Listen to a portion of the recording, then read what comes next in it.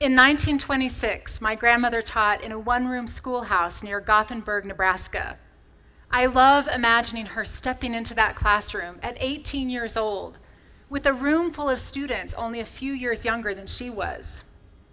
After a couple years of successful teaching, my grandmother received 2 offers. The first was a contract to return to the schoolhouse in the fall, and the second was a marriage proposal. The story goes that my grandmother went to her father for advice, and he said, "Frances, this is your choice, but just remember that marriage lasts a lifetime." Young and in love, my grandmother retired from teaching at age 20 to marry my grandfather, and when she left the classroom so early in her career, I have no idea what it cost the state of Nebraska. Possibly not a lot in dollars, given her one summer of teacher training. Today, however, is a different story. Within the last decade, as so many teachers have left the classroom, several national studies have tried to calculate the financial costs of teacher attrition. One study estimated the cost of teacher attrition here in New Mexico to be over $12 million a year. A second study estimated that the national cost could be as much as $7 billion a year. Even allowing for a wide margin of error, these costs are breathtaking, and they don't begin to account for the wisdom, expertise, and potential that just walk out the door. So what has happened? It seems that our cultural conversation about education has been reduced to a conversation about standards, testing, and accountability. And under pressures to quantify everything, we've forsaken the very things that should lie at the heart of teaching and learning: imagination, creativity, wonder, possibility. All the great scholars of teaching and all the great teachers and school leaders, many of whom are in this room today, would argue that teaching well is a fine art, a complex balance of knowledge acquisition and imagination, rigorous work, and tenderness. To teach well involves far more than content mastery, and the programs that we design to support and inspire teachers should be as sophisticated and nuanced as the craft itself. Several years ago, when I was first dreaming of creating the Sophia Center for Professional Development at Bosque School here in Albuquerque, I imagined a place where educators from across the community could come together to do meaningful work. And in that design phase, I asked every educator I knew to tell me what they thought teachers and school leaders would want and need from such a place.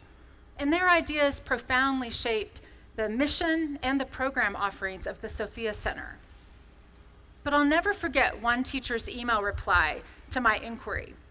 In response to my carefully crafted, well-researched questions about what teachers need from professional development, all her message said, in giant font and all caps, was great coffee, real half and half. And of course I had to laugh, because I'm someone who absolutely believes in the transformative capacity of a great cup of coffee, and I know that I'm not alone in this belief. But the more I thought about it, there was something profound in her message. As a longtime public school educator and advocate, this was her way of saying, teachers want to be honored as professionals with wisdom and expertise. Teachers need to be treated with dignity and respect. In other words, no more bad coffee. If we want good teachers to remain in the classroom and continually refine their practice, we have to reimagine and redesign professional development. Instead of the convenience of top-down models or the one-shot conference experience, let's make professional development the home ground of collective inquiry, shared expertise, and inspired conversation among professionals. Let me describe what I know is possible and works. Professional development days, structured less like a string of back-to-back meetings and more like design studios in which teachers are given the time and the resources to work on innovative projects of their own creation. Seminars and workshops in which local artists, scientists, mathematicians, writers are invited to collaborate as professional colleagues with classroom teachers. Monthly gatherings in which kindergarten teachers alongside university professors, school leaders alongside district representatives come together to investigate everything from the foundational role of wonder or creativity in education to how we manifest ethical assessment practices or teach cultural competence and empathy in our schools. And finally, imagine faculty and staff meetings happening in schools across the community in which agendas which might typically be defined by to-do lists are redefined and offer time for teachers to read deeply in their fields and to reconnect with the vision and the hope that led them into the classroom in the first place. This kind of professional development is not only possible, it's essential. And it doesn't require huge sums of money, far less than the price tag attached to teacher attrition.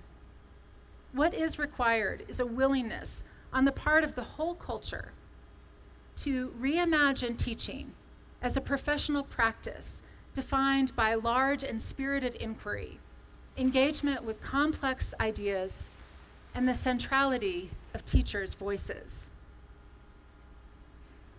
My grandmother farmed alongside my grandfather their entire lives, and I am one of 10 grandchildren who had the blessing of my grandmother as teacher. She gave me my first Anne of Green Gables books and my first copy of Heidi. She modeled that you could love the outdoors and love books, that you could go out and feed the chickens in your muddy overalls and come in and sing at the piano after dinner.